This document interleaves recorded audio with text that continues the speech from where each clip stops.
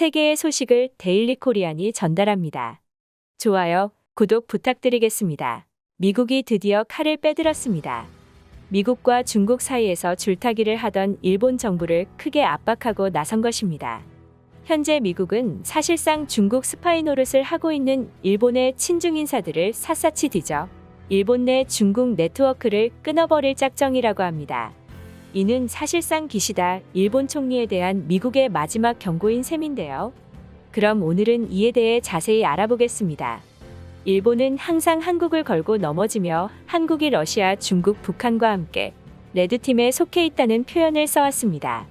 레드팀은 공산주의 국가를 말하는 것으로 한국이 러시아, 중국, 북한과 한 팀을 이루고 있다는 일본식 표현인데 한마디로 한국은 미국의 편이 아닌 공산주의 국가 편에 선 배신자라는 것입니다.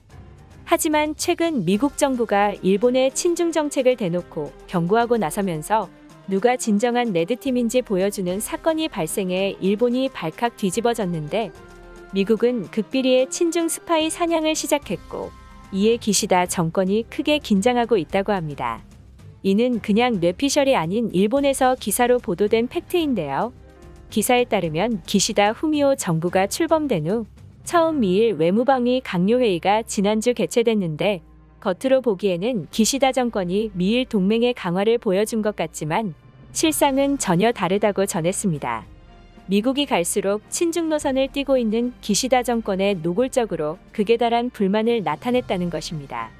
그 증거로 현재 미국이 일본에서 스파이 사냥을 시작했다고 하는데요. 해당 언론사에 따르면 미일 정보당국으로부터 경악할 만한 정보를 입수했는데 미국 정부는 현재 기시다 정권을 믿지 않으며 굉장히 화가 난 상태라고 보도했습니다. 지난주 개최된 미일 2+2 회의에서 중국의 극초음속 미사일 기술 개발이 화두에 올랐는데 미국은 이 기술이 일본을 통해 중국으로 넘어간 것으로 파악하고 있다는 겁니다. 작년 7월과 8월 중국은 두 차례의 극초음속 미사일 발사 시험을 성공시켰는데 이 당시 미국은 그야말로 엄청난 충격을 받은 것으로 알려져 있습니다. 미국 내 군사 전문가들 사이에서는 1957년 소련이 미국을 제치고 위성을 쏘아 올렸을 때의 충격과 비교됐을 정도로 극초음속 무기 분야에서 미국이 중국에 뒤처졌다는 사실을 받아들이기가 어려워했다고 합니다. 극초음속 미사일의 경우 음속의 5배 이상 속도로 낮게 날아가며 요격 미사일을 피해 비행 경로를 바꾸는 일명 회피 기동이 가능해 기존의 미사일 디펜스 체계로는 막을 수가 없습니다. 따라서 만약 이런 미사일에 핵탄두를 탑재할 경우 도저히 막을 방도가 없기 때문에 현재 극초음속 미사일은 국제 정세의 판도를 바꿀 수 있는 게임 체인저로 불리고 있습니다. 문제는 중국의 극초음속 미사일 기술 개발에 일본의 대학과 연구기관에 소속된 중국인 연구원들이 직접적으로 관련됐다는 의혹이 미국에 의해 제기된 것입니다. 즉 중국의 초음속 미사일 개발에 일본의 책임이 어느 정도는 있었다는 말인데요. 현재 미국 정부는 중국 연구원들과 짜고 정보를 중국으로 빼돌린 일본인들과 이를 도운 친중의원들까지 모조리 찾아내 이들을 섬멸할 계획을 세우고 있다고 합니다. 이를 보도한 일본 언론사에 따르면 만약 일이 커질 경우 기시다 정권이 크게 흔들릴 수도 있다고 말했습니다. 특히 지난해 12월 교도통신은 대만 유사시를 대비해 미일이 공동 작전 계획을 추진한다는 특종을 보도했는데 당시 미국 정부는 이 보도를 보고 굉장히 당황해했다고 합니다. 해당 내용은 당초 이번에 열린 2+2 회의에서 공개될 예정이었는데 이미 동네방네에 다 소문이 퍼졌기 때문입니다. 당시 미국 정부는 이런 극비작전을 누가 누설한 것이냐며 이 작전을 파기하고 싶어서 그런 건 아닌 건지 일본을 의심하며 기시다 정권에 경로했다고 합니다. 즉, 일본 정부가 대만 사태가 벌어질 경우 미국과 힘을 합쳐 중국에 대항하기 싫기 때문에 미리 이 작전의 내용을 누출시키고 이것이 논란이 되면 슬그머니 이 내용을 없었던 것으로 하려 했다는 겁니다. 만약 이 기사가 사실이라면 정말 일본이란 나라는 신의도 없고 야비하다고밖에는 할 수가 없겠는데요. 하지만 일본 정부의 태도에 화가 난 미국이 결국 이번 회의에서 공동작전 계획을 대놓고 못 박아 버렸고 이에 일본 정부는 굉장히 난처한 상황에 처했다고 합니다. 왜냐하면 미국과 중국 양쪽으로부터 곱지 않은 시선을 받게 되었기 때문인데요. 미국의 입장은 위에서 설명했다시피 자꾸 엇박자를 내며 친중에 가까워지는 배신자 일본에 대만 관련 공동계획의 수정은 없다고 말하며 분노의 경고를 한 셈이고, 결과적으로 미국과 협약을 맺으며 중국의 위협으로 떠오른 일본을 중국에서도 그냥 두지 않을 것이기 때문입니다.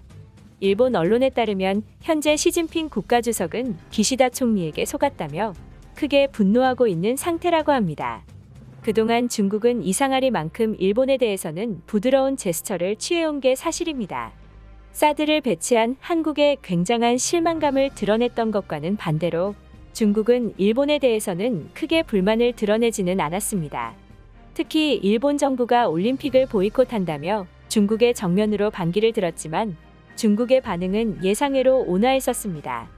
이는 중국이 일본의 이중 플레이에 흡족해했기 때문으로 일본은 중국 올림픽을 보이콧한다고는 했지만 참가하려는 선수들을 막지는 않을 것이며, 올림픽과 관계된 고위 관계자들이 올림픽 기간 동안 예정대로 중국에 방문할 예정이라고 밝혔습니다. 사실상 보이콧이 아니었던 것입니다. 그 외에 기시다 총리가 직접적으로 중국을 외교 보이콧하겠다고 말하지 않는 것이나 신장 위구르의 인권 침해를 비난하지 않는 등 일본은 중국을 용인하는 태도를 보여왔습니다. 이러자 시진핑 중국 주석이 일본의 태도에 몹시 흡족해했던 것입니다. 기사에 따르면 시진핑 주석은 중국 언론의 일본 비판을 중단하고 기시다 정권을 찬양하라는 극비명령까지 내렸었다고 합니다. 하지만 이번 미일 공동선언문에 일본이 대만 문제를 미일이 함께 공동 작전하는 것에 서명하자 중국에선 일본에 속았다며 크게 분노하고 있다고 합니다. 이는 시진핑의 얼굴에 먹칠을 한 것과도 같은 의미로 일본 언론들은 화가 난 시진핑 주석이 일본 기업을 보이콧하거나 센카쿠를 급습하는 등 보복에 나설 위험이 있다고 말했습니다. 결국 일본은 박쥐 같은 외교를 하다 이러지도 저러지도 못하는 상황에 처한 것입니다. 물론 이런 외교는 일본만 하는 것도 아니고 지리적인 문제로 한국도 언제나 고민하는 문제인 것은 맞습니다.